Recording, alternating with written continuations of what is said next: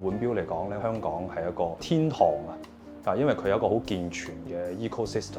咁無論你喺尖沙咀啊、中環啊，你會見到好多啲名錶鋪啦，甚至乎有好多旗艦店嘅。如果你咁啱喺嗰一區工作嘅時候，你同嗰個銷售個關係咧好，其實係對你買錶嚟講係有好大嘅優勢。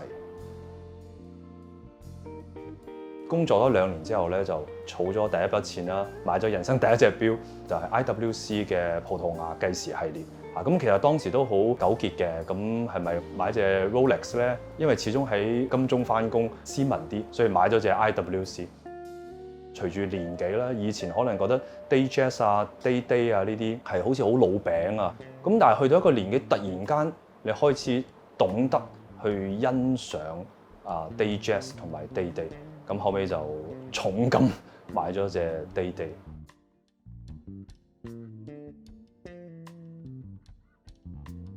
咁真正第一隻開始令到我收藏嘅咧，係試完有個朋友就話：哇，你都買咗即係30萬，你如果 budget 都去到30萬㗎啦，不如你睇下其他品牌啦。咁我個朋友咧就俾我睇佢自己嘅一隻收藏5711A。咁呢個係我諗係冇人唔識呢隻 model 啊。自己戴上手嗰一下咧，我感覺到嗰種唔同。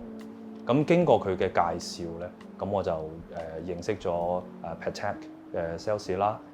咁我排咗隻5167R，都可以話好幸運嘅。據我所知，好多人都需要 Calatrava 啊，你要1隻、2隻、3隻先有個資格可以去申請167呢啲 sport watch 嘅。咁我係第一隻申請。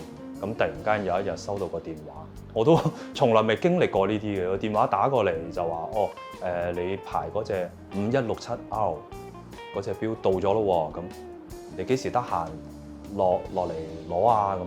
咁嗰陣時我仲諗緊，咁不如 weekend 啦。咁我未經歷過嘅。咁個 sales 其實係覺得好即係覺得你個人咁怪嘅。佢哋係原來 expect 你聽到上晝10點聽到電話，中午咧就撲過去俾錢買錶嘅。咁佢就好客氣啦。咁其實呢隻錶因為好多人排緊嘅，咁你今日得唔得閒啊？咁我 get 到佢嘅意思啦，就即刻衝咗去。咁其實嗰下係有少少即係感動，因為我從來冇睇過入邊嘅錶嘅機芯，嗰個先係即係嗰隻錶嘅一個心臟咁樣。攞住個放大鏡望入去嘅時候，你嗰下係有少少感動。嗰種喺咁細嘅一個空間入邊，佢有咁多個零件，同埋佢咁多個零件咧，仲要經過好多打磨啊，即係當時係有少少感動。其實當晚我攞咗翻嚟之後咧，嗰隻錶其實我係唔係戴喺手度，唔係睇嗰隻錶盤，而係即係對住個光係睇佢背後嗰個機芯或者佢個 movement 喺度喐緊嘅時候嗰個狀態。由嗰一刻開始就開始咗我嘅一個腕錶收藏嘅一個 chapter。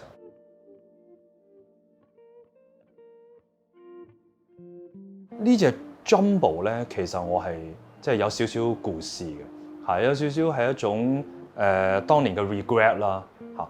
有一次我喺銅鑼灣，當年嗰度即係仲有一個 AP 嘅 shop 嘅。咁我同我太太啦行完咗 Times Square 咁膽粗粗中咗入去。我其實一眼就相中咗隻 Jumbo， 應該係15202 ST 嘅嚇。咁我就好中意，因為佢係隻2針好簡約。咁我就同個 sales 傾啦，個 sales 就覺得話：其實你都幾啱戴，因為試戴啊，即係除唔到落嚟啊嚇。咁就同我講話其實呢隻錶係有折嘅。長話短説就係我係冇買到嘅。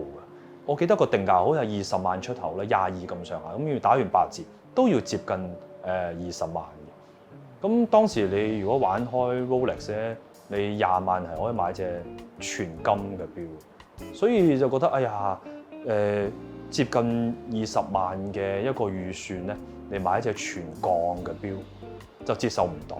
我真係要好多謝即係帶我玩錶，即係帶我去 Patek 嗰個朋友。咁佢就亦都係買咗好多 AP。其實當時佢 AP 已經買到係 AP 嘅 board 嚟香港咧，都會同佢食飯嗰隻。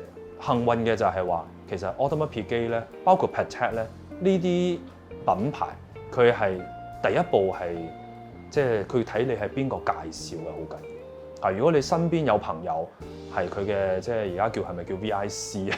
啊，而家係 VIC 喎。如果佢嘅介紹，佢嘅力薦咧係非常有幫助。咁我嗰時一上嚟就話，我想要一隻 Royal Oak Jumbo。我見到個 sales 咧係唔知點樣回應我啊，係啊，即係當然佢明白我嗰個朋友佢係乜都有㗎啦咁，但係佢真係唔知點回應我，佢只話先生呢隻錶咧係佢哋即係成個系列入邊咧係最iconic 嘅一個 model， 咁話可能要需要啲耐性啦，亦都係好多佢哋現有嘅客戶其實都喺度等緊嗰隻。咁我聽明啦，即係其實好 fair 嘅，現有客戶都未排到啊，點輪到我咧？咁我話其實有啲咩可以買咧？咁佢話都係 Royal Oak 啦，但係 Jumbo 就唔得㗎啦咁我就買咗第一隻係計時嘅一隻Royal Oak， 咁又係玫瑰金啦，嗰個係我第一隻嘅即係Royal Oak。咁好啦，去到有一年咧 ，sales 就同我講，佢話我哋出年 Royal Oak 嘅50週年㗎咯喎，咁我哋到時會出一隻新嘅 model 嘅 Jumbo。咁我記得好清楚，以前嘅 Jumbo 咧15202 ST 嘅時候咧，佢有一個我覺得有少少困難嘅地方就係佢個日期啊。佢個日期咧，你係要轉到去10點，轉去2點咁樣先可以調到一個。你試諗下，如果你錯過咗即係29、30咁樣，你係要咁樣不停，真係手皮都磨爛嗰隻㗎。咁新嘅 model 佢同我講話就解決咗呢個問題。16202 ST 咧就係可以有個簡單咁樣去調個日期咁樣。咁但係佢當時就好心動。咁我諗個 sales 既然問我啦，係咪我有機會咧？咁我就問，咁我可唔可以申請咧？佢話得，不過你要寫一個proposal 啊，自我介紹啊，其實你點解要收藏呢隻錶啊？咁就自己寫咗啲嘢就交咗過去。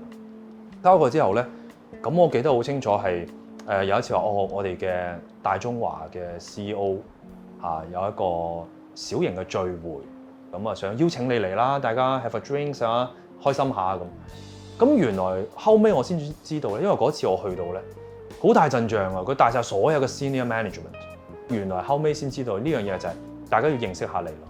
其實你知道你申請咩錶啦，咁但係咧佢唔識你啊嘛，佢要真係認識你，見下你係咪真係即係我諗佢哋講得文藝啲咧，就係佢哋都希望幫自己個錶品牌咧隻錶咧揾一個好嘅主人。咁好快50週年 launch 之後啊，咁我就好快就收到 sales 嘅電話，當時就好興奮，攞咗呢隻係50週年。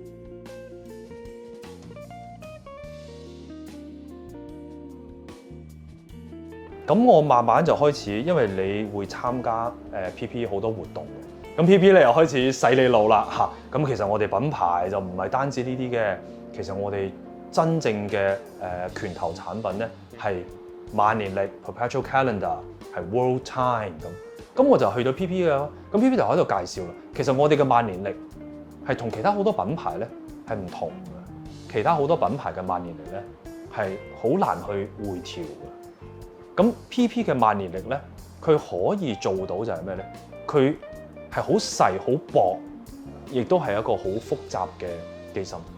佢話你去留意下其他品牌，佢哋嘅萬年曆咧，相對嚟講係突然間厚咗好多。咁我第一隻真係落取去排嘅一隻萬年曆就係5320G。我當年買嗰隻咧係奶油面嘅，呢個已經係 discontinue。咁我非常非常中意。我收藏咗隻萬年曆之後咧，咁啊又開始中意咗佢 World Time。撳一個掣就可以調到當地嘅時間。Patek 喺呢方面係做得非常好。即係有時有啲嘢又係機緣巧合嘅。嗰一期咧，我出 trip 又出得比較多。係啊，就真係出啊，跟住老闆啊去俄羅斯啊、土耳其啊、以色列啊，周圍去啊。咁嗰一期去得比較多，覺得好有用喎。當時點解我即係好中意呢隻5990咧？就係佢嗰個兩地時中意 Patek 嘅好重要一樣就係佢係化繁為簡咧，我覺得佢係基本上可以話所有品牌入邊做得最好。兩地時係隔離咧有兩個掣，你撳一撳就去咗日本啦，爭1個鐘啊嘛，好清楚咁，尤其錶面咧，你係好清楚可以睇到你嘅 home 同埋你喺即係 local 嘅時間，撳一個掣就搞掂。呢種巧妙係非常難得。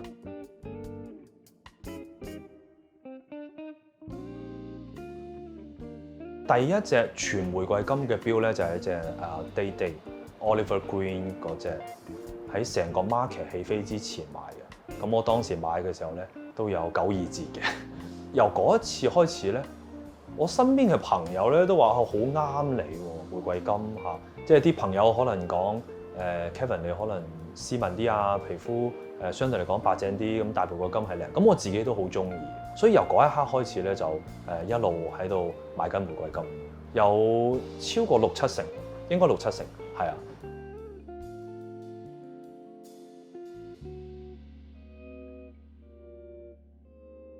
再想買個錶咧，我覺得我自己比較係真係 focus 喺 Patek 嘅，佢基本上每一條線啊，每一個 line 都係好，即係值得你係可能3、5年、10年去玩嘅。係啊，即係慢慢升級啊咁。咁譬如話，我而家有一隻Perpetual Calendar 啦，有隻 World Time 啦，有2隻 Nautilus 啊，有個 Aquanaut。咁可能下一步我係唔知啊，即係可能星空嚇，再上就係 Mini Repeater。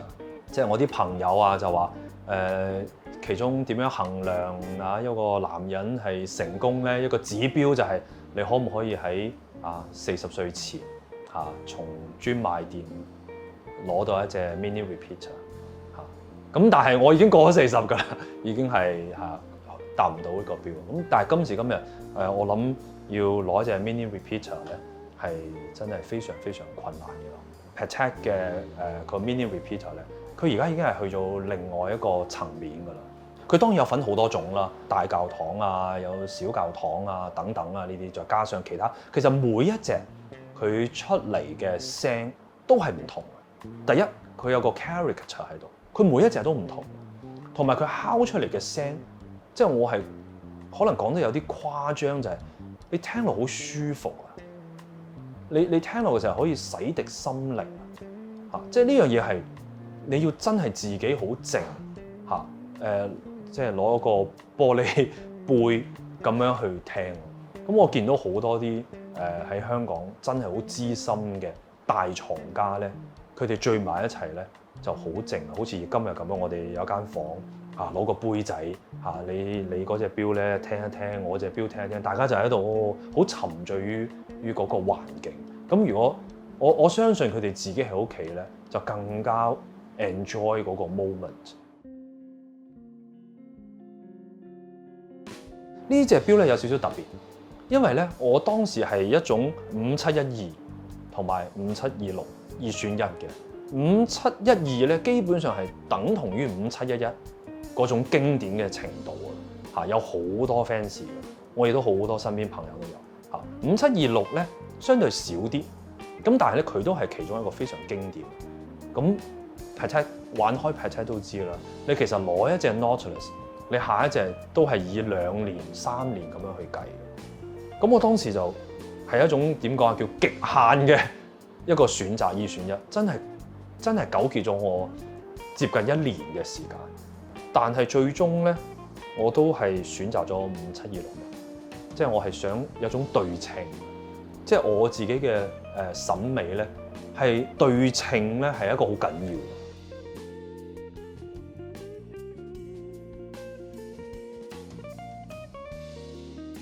最後一隻我想分享嘅錶咧，就係我而家今日手上戴呢隻 FP Journe Havana 啦。咁 FP Journe 個品牌就對於我嚟講係好 special 啊，獨立製錶師啦，亦都係今日換錶界嘅Picasso。年產量嘅話就係唔到1000隻嘅。即係講翻我最初嗰個 point 咯，香港對於收藏錶嘅人士咧係一個天堂嚟。咁 FP Journe 咧喺成個亞洲咧就得2個 boutique 嘅啫。一個就係香港太子大廈，一個咧就係東京，得天獨厚啊！咁我嘅即係 office 就喺樓上，咁所以佢經常可以同佢去傾下偈啊咁其實同銷售啊 sales 嘅關係其實真係好緊要嘅，因為佢要明白你係咪真係一個換錶嘅愛好者、用家同埋一個識得欣賞佢嘅人咯。簡單講啦，隻錶就係 FB Joint 嘅一個比較入門級嘅，咁佢係一隻以雪茄為靈感去設計一個錶盤啦。咁雪茄對於我自己嚟講都係一個好重要，我食雪茄食咗我諗超過10年。